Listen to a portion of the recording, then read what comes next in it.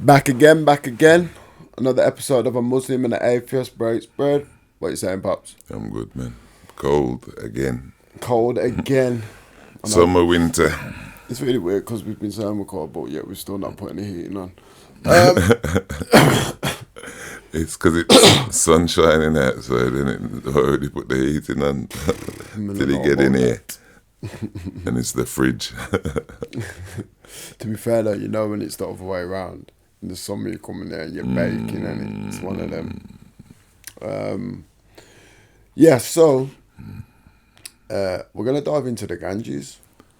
Runs, I think, 3/4 of the way through India. Always essential for 3/4 of the population. One of them two, I can't remember, but comes all the way from the Himalayas. You know, you get people following this river. It's meant to be that sacred. I can't remember the god who it's linked to, but I'm sure we'll... Named after African king. What, it's named after an African king? Is that a fact? Fact. Haven't you been watching? Okay. Did it say that? Where has it said that? Maybe I just know. Maybe Yeah, we need to find that. I think he said that, but I haven't seen anything about that. But why would the news promote that? Don't know what they're promoting Africa for. I just know that this is meant to come from the goddess. I can't remember her name, but basically the Ganges is meant to flow directly from her, especially in the north. And that's the thing, that the one take that I got from it. But yeah, let's find out. I want to see what's going on along the Ganges in this.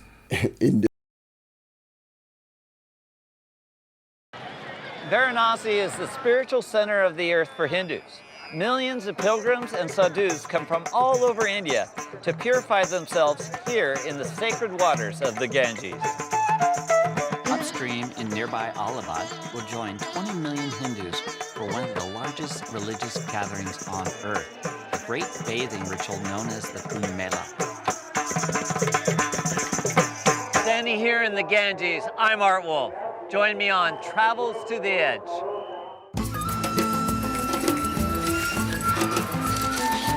Color, man. I love that color.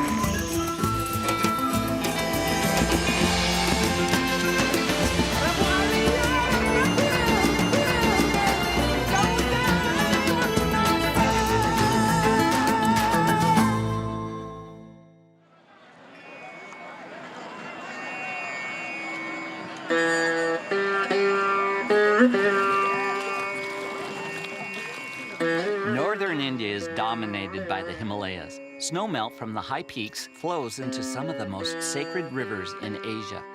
We'll be traveling along the Ganges to India's holiest river cities, ancient Varanasi, and the place where the Yamuna River meets the Ganges, Allahabad. The Ganges, known as the Ganga by Indians, is a mandatory stop for Hindu pilgrims. I'm here on the most important day of the Kumbh Mela bathing festival. My guide, Balbir Singh, is prepping... What was the African king's name? Ganges. So his name is Ganges. Yeah? Is that like an English interpretation though? I guess with English, innit?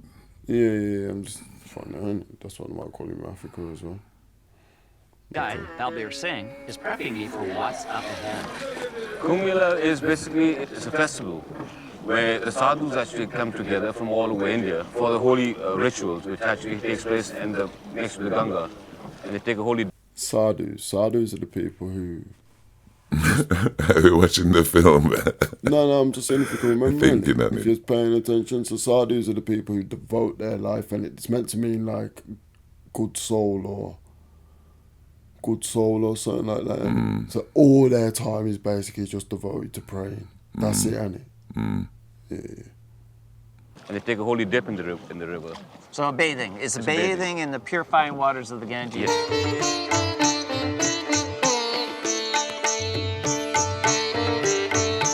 The sadhus are the holy men. Sadhus are the holy men from India. They're trying to reach the so-called light of achievement of the supreme power. They actually have set it away everything. They renounce everything that they own. Yeah. Many people have said this is the largest gathering of humans in one spot in the history of the world. It is. And this is all based on the stars, right? It's all based on the The stars. alignment of the planets tell and- you yeah. when and where. Precisely. Where we're heading off just now is it's called the Sangam. Sangam is the congregation of the two rivers, Yamuna and the Ganga. And it's supposed to be the most sacred place where the two rivers meet. And this is where all the sadhus, all the holy people, and all the pilgrims converge. Yes, precisely. Not thousands, but millions.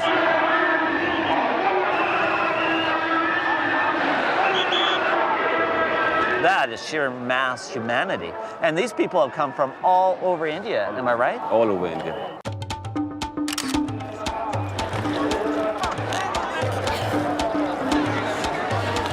This is sheer chaos. We're trying to get in a position where we have a clear view of the sadhus that will come down to take their bath, and yet we're looking at the hind end of hundreds of people that have gathered for the same thing. So we're going to try to negotiate through this sea of boats and pilgrims and get a shot. आगे वाला जो है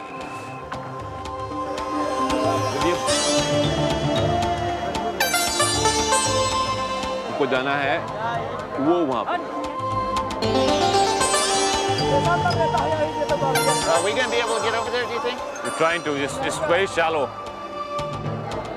Let's just walk.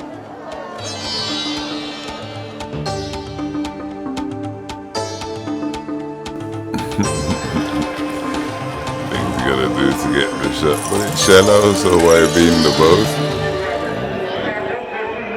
This is an amazing press of humanity. This is great. There's just all this pageantry. People holding banners, marigolds in their hair. It's a scene. It's beautiful, actually.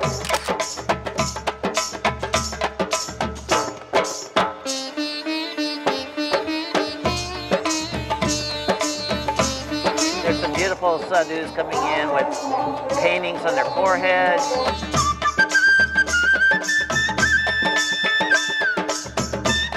These sadhus are having a great time, splashing water at each other, posing, strutting around like a bunch of peacocks. Not too dread. Watch this. There's no place on That earth is the origin of that looks like Rastafari. this.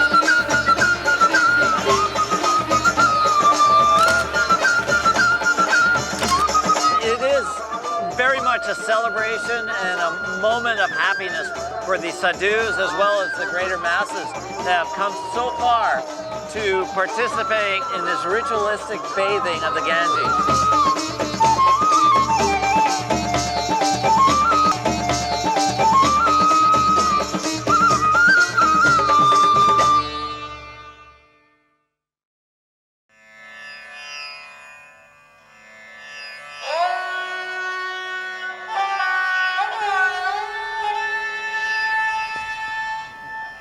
Even in the earliest moments of the Them day, pat the there. air is filled Yo. with a hazy blend of dust, Some smoke, big and pat. humanity. Larry says wheel nearly.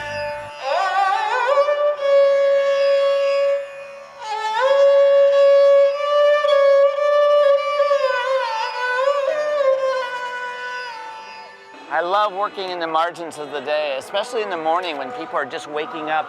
It looks just like a painting, which is always what I'm trying to do, is to marry these two mediums of painting and photography. And when I get it really close, magic happens.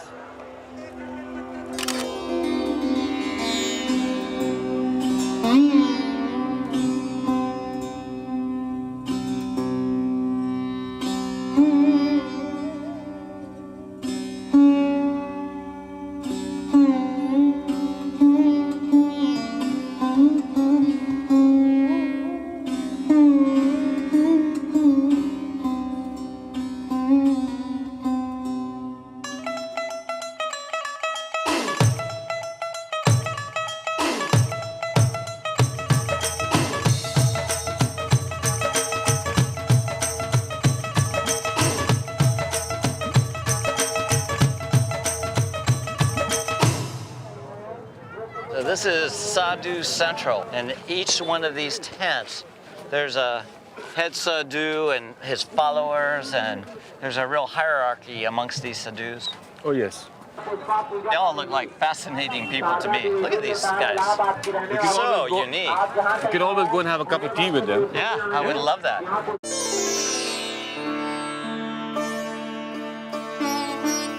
It's a great honor to be able to sit down in a sadhu's tent and share tea with them. These are very proud people, and they're very much revered throughout India for their stature, their willingness to sacrifice and live a very simple life. And it translates on these faces.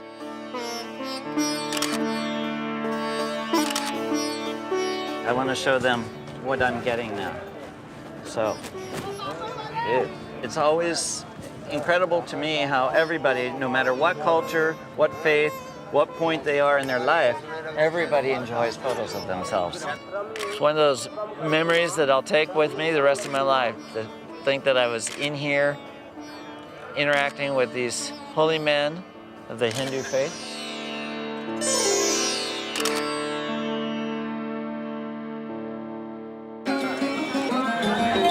He's on his knees and he's still got his camera on his stand. Get that perfect picture every time. Hello. Hello. Hi, how are you doing? Nice seeing you again. Okay. Gentle people. A sadhu on a motorbike. So creative, all these lights.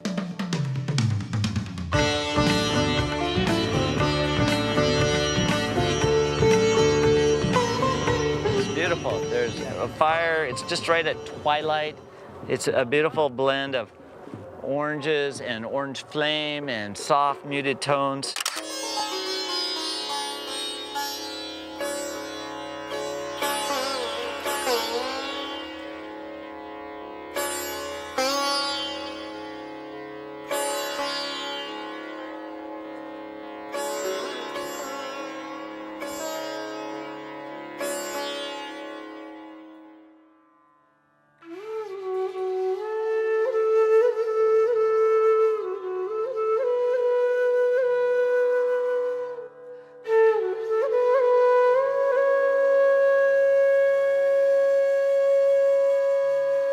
Downstream from Allahabad lies another of India's holy river cities, ancient Varanasi. It's a place where pilgrims come to bathe in the Ganges and cleanse their karma.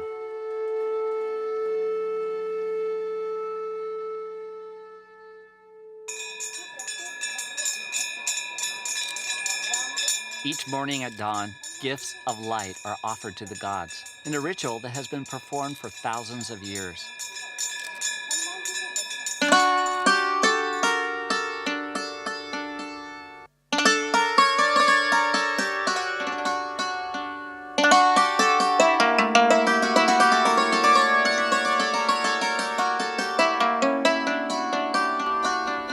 That water looks clean though, innit? You wake up in the morning and the first thing you do is you thank the Lord and you look at the sun and you thank them for giving you another day. It's like almost saying good morning to sunrise, and in the evening it's good night to the sun god, giving offering to the sun god and the river. You're giving us the cycle. And that's in fact what's happening when they take a chalice or a container and fill it full of river water and then return it to the river. Yes, it's an offering. What I've noticed here as well is there's a rhythm to the day. You know, we're out here early in the morning and getting the sunrise, and it's very quiet, and then people start arriving, and then the activity level starts to pick up, and then during the course of the day it builds, and then in the evening it starts to quiet down. People are coming in doing peaceful offerings, putting candles on the river. So the river and the entire society has a rhythm. You can see the entire cycle of life by looking at the river. There are people coming in, people dying, people enjoying themselves, just life.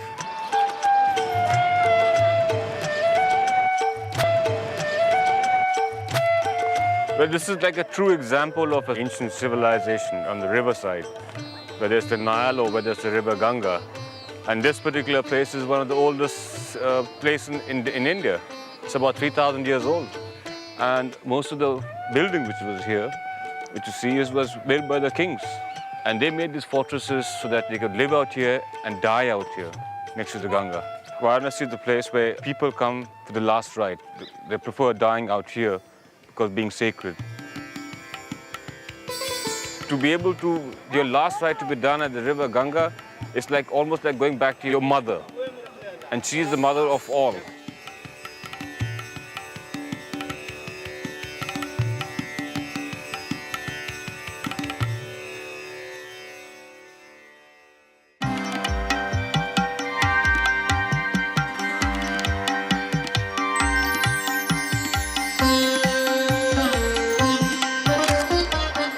This is so rich. This waterfront with all these bathers coming down. You've got these boats in the foreground and people taking care of their boats.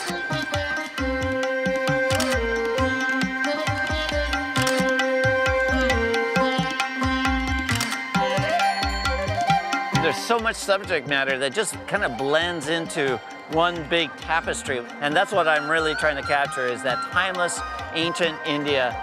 And where better to capture it than here along the Ganges in front of Varanasi, this ancient city, this holiest of the cities.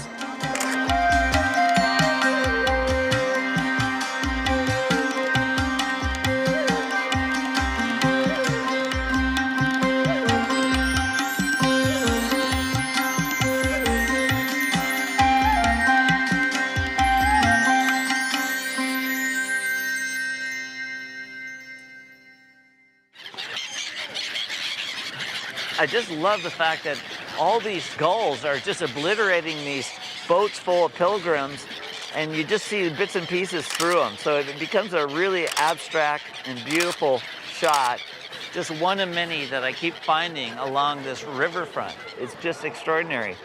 The Ganges epitomizes life, and here, everywhere you look, you see life.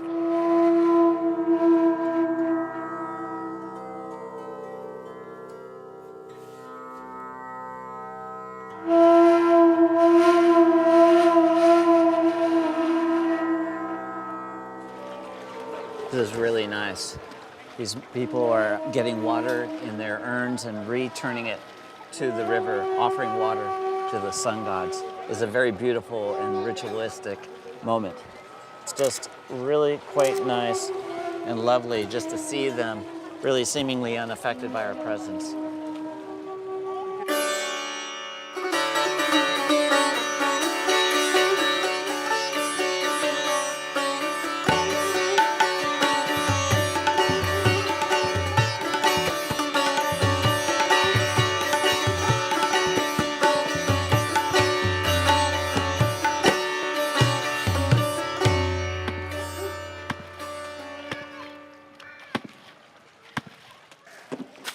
Right now I'm isolating this woman wearing this beautiful green dress with the fabric laying on the steps behind.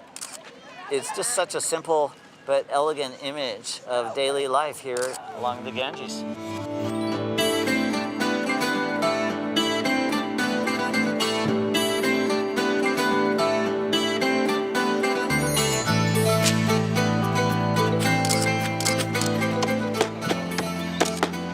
What I think I really respond to is just this pattern that these men get into.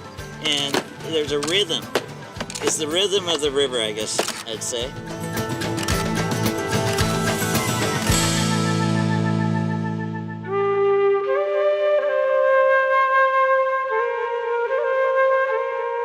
Everywhere you look around, there's a great photograph, it's a great moment.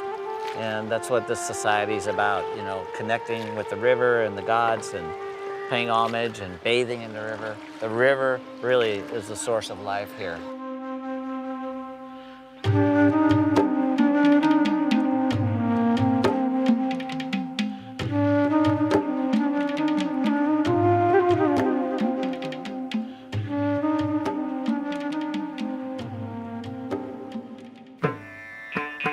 At dusk, it's a tradition to set candle boats afloat on the dark waters of the Ganges, a gift of light to the goddess.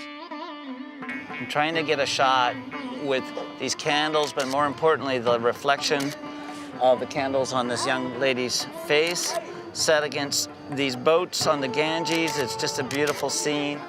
She's got beautiful eyes, and we're just trying to get this while the light is still there.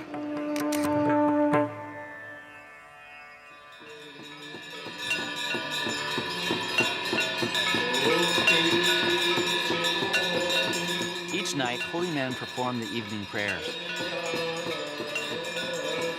They chant as one and give offerings to the river, thus ensuring the sun will rise again in the morning.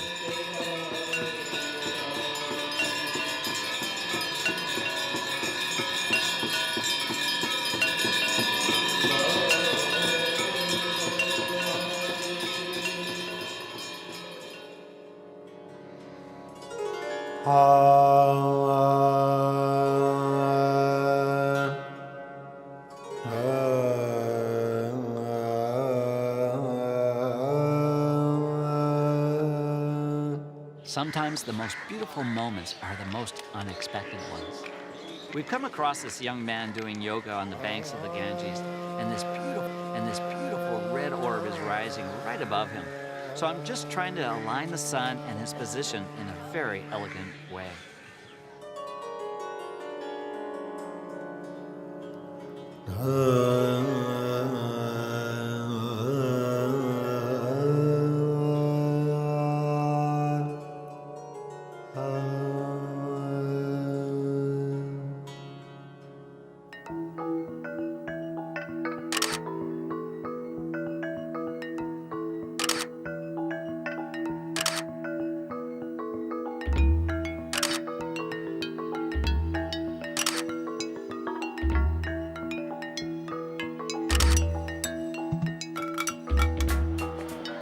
This is a wonderful place, and often I just get lost in the movement, the sounds, and everything.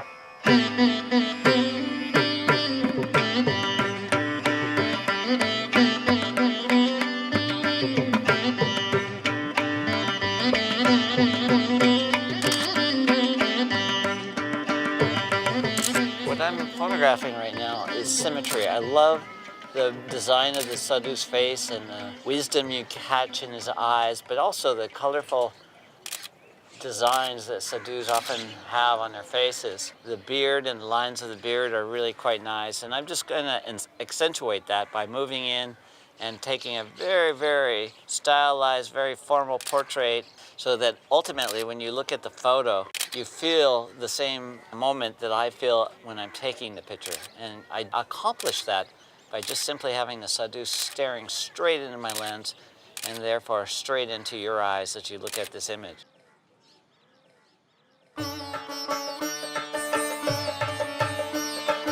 I'm often looking for these small vignettes that really establish a sense of place, and this says it in a very beautiful way.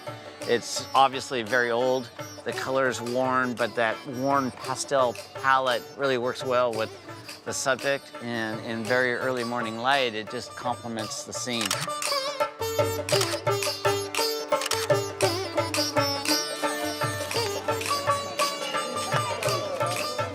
In India, the cow is a great symbol. They're very sacred, and they're very friendly, and they're wandering everywhere, and they're almost like dogs. They're just like everybody's pet. They have a good life. So, yeah, this one's taken a liking to me. I think I'll take him home to Seattle. Yeah. Got a really nice shot of this sadhu with his trident. The trident is a symbol of Shiva, one of the Hindu gods, and these sadhus typically will walk around with these tridents. And it's just such a classic shape with the marigold wreath around it. I'm just lining the trident up with this sadhu's face. It's just beautiful.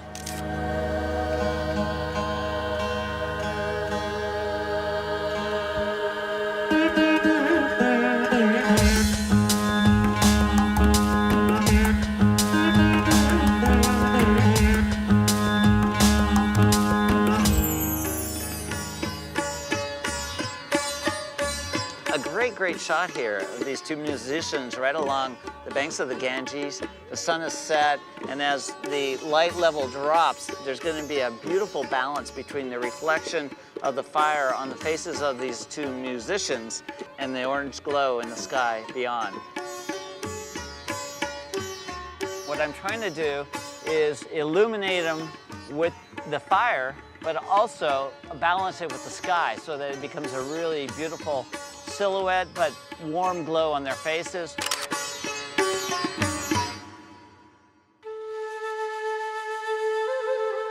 India is a great place.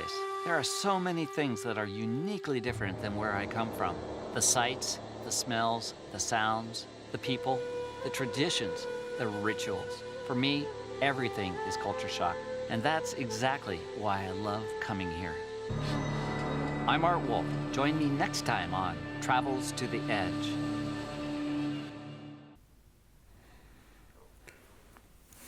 Culture shock. Great word for it, because that's what you get when you go there.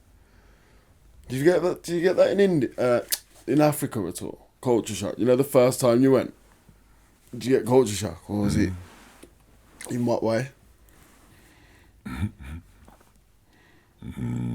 It's Africa. It's different language. The way people flow and do things. Once you get outside the hotel, any country, people do things differently. If you're in a city, then it's going to be, obviously, city living tends to be the same all over the world. But if you're in small rural communities, you will see more of the traditional aspect. Yes. The way them take tea when things stop and start, and how the morning routines, shop opening, kids going to school. You just see the life more in it. Yeah, but definitely. When you're in a hotel or a holiday resort, yeah, not quite the same. I remember Sophia, when we was in India, she got like a bigger culture shock than me. But I think because obviously she's Indian or Indian heritage, and like I think what she was expecting to what she got was so different, whereas I never really had no preconceived notion. So it was a culture shock still, but it weren't like I was expecting this, because I wasn't expecting anything. It was like, okay.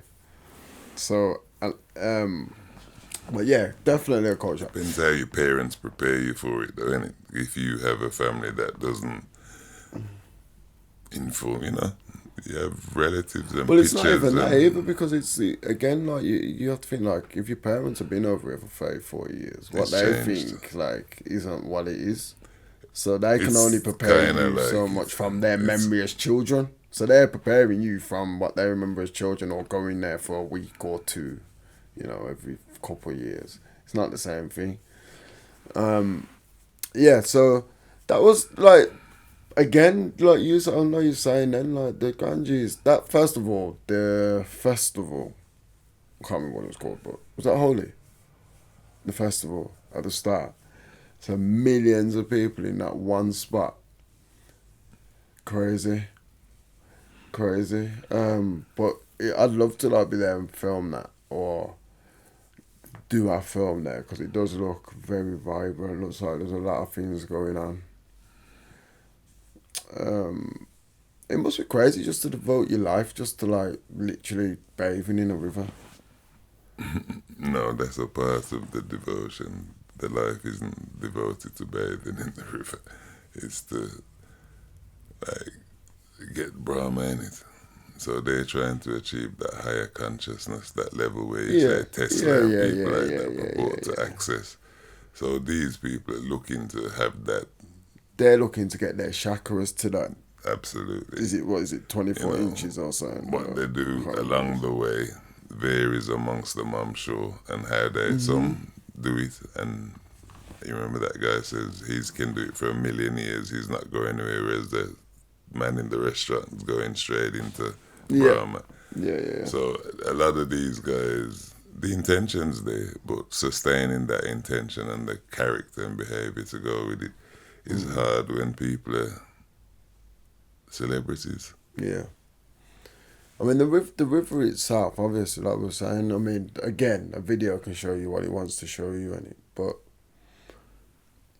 you know, it didn't look too bad. It didn't look like there was anything there that looked... I love that cameraman. He's very photogenic with his work. Again, where's the toilet? You know, for me, if I'm going to inform people, I want to clear up misunderstanding as well, not just show the aesthetic beauty. Come on, man. Millions of people we didn't see anywhere where anybody goes to do anything. There's got to be some sort. How did they arrive? By foot? They didn't show any of that. It just showed. But then I guess he's got to speak to loads of different people. Like, we seen a video the other day and the man walked there from like, was it like thousands of miles just to get to that river, one of the sadhus. So, yeah, I get what you're saying. That but would it's not explain really, the sadhus, they're like that for what you're looking for. That's like a holiday destination video, ain't it? Like, yeah. Because if I want to learn about the river, I want to learn about the river. I'm not really bothered about where the toilets are. Well, what he was showing it was life in the river and around the river. Yes. So it was centered on the river, but the people and the culture that's built alongside the river. So I'm saying, there's millions of people here, but I don't want to present the third world thing. My man never want to go to the toilet no time. So we got broke out for go. Just for sure say it exists. It's kind of like if you was in Africa, a video in Africa, and you're showing, I'm trying to think of something. I don't know, like let's say you're showing a certain city.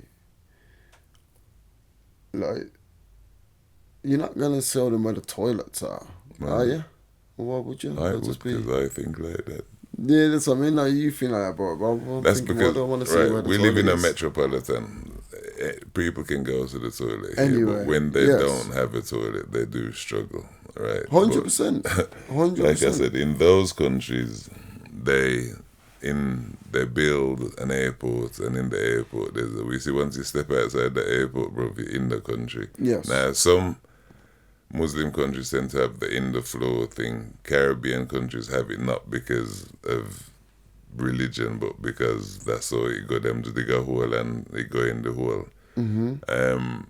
Whereas, like I say, having a standardized sit-down toilet facility is sweep in Africa now, so them doing away with that. Everybody have a proper toilet area. And similarly, the Caribbean houses, the outside toilet is now done away with, and them having inside, because we have big houses. In the old days, the smell would have been horrific. With modern, wash the thing away, and it's manageable. So, to me, that was a holiday brochure thing. So come and see all these people and everything. He mentioned that people died there. He mentioned it. He did mention. And then it never got mentioned again by anybody else.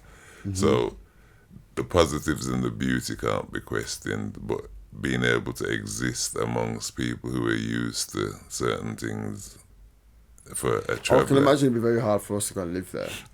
Like, yeah. So I mean, that would be...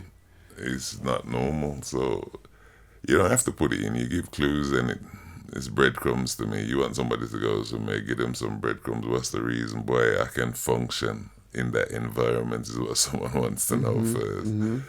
Because,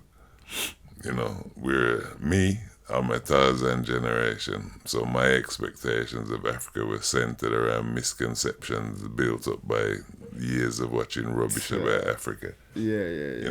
And if I put it down to the first time I saw a man praying in Africa, he was kneeling down by some car wheels on a mat, by some car hubs, but all the car hubs were around him. I thought he was actually praying to the car hubs and not praying to God. The mat just happened to be by the car hubs. Yeah. So misconceptions built on stupidness and thinking, I'm going somewhere where the people are, it's crazy. But then other things like, there is no hot water. You got to get used to things. There is no this, there is no that. For travel, information is key. As I say, you got to ask 100%. The right question to get the right answer. Not just ask a question. You got to ask the right question to get the right answer. Yeah, definitely. But again, you are right. You're right. I'm just saying, like, for me, there are things that maybe because I know them, so they don't really come to mind. Like, where's the toilet? Like, that's not really going to bother me, because I know I'm maybe going to have to walk 10 miles to find one, or I'm just going to have to piss in a bush. If you want a piece. Yeah. Well, if I want to shit, I'm gonna shit in the river. And the deli belly, yo, that's if you can stoop in it. No, listen. When I went to India, I didn't get deli belly. What did I? This is a long story, but they tried to say that I needed an operation, and I'll tell you about it off air. It's not even one. They was gonna it's not sell one your for the organs camera. off as well. Then It's it not- was it's not proper for the bad then. camera. Yo, they opened deli you up belly. and they thought, hang on a minute, yo, my Deli belly man's no once, to be good. fair. But yeah, anyway, so that was live for Would you have an Ganges. operation in India though? No, because I refused. Yo, I said, just give me the antibiotics, man. I said, I'll survive. yo, Give put me me the on the antibiotics plane, and man. I'll get home. I'm That like, would be the give me same that. as man wants to operate on me in Africa. I'm thinking, bro, put me on the plane. I'm sorry, it's just not gonna happen. Do you know what? It's not even the fact that it's not even like the medical system out there is good in that as well. Like the doctors and that. It's more the resources and stuff that I wouldn't personally trust. But that's just because I'm a snob when it comes to anything. English, bro. I'm English, yeah, straight up, bro. It's kind of like That's the culture that's thing. the You ignorance. can't innit? escape Yeah. it. You know, because you're a hospital. Nah, that's the ignorance. So I admit it as well. Yo, alright then. So that was Alaf the Ganges, India's holy river. We out. Peace. Peace.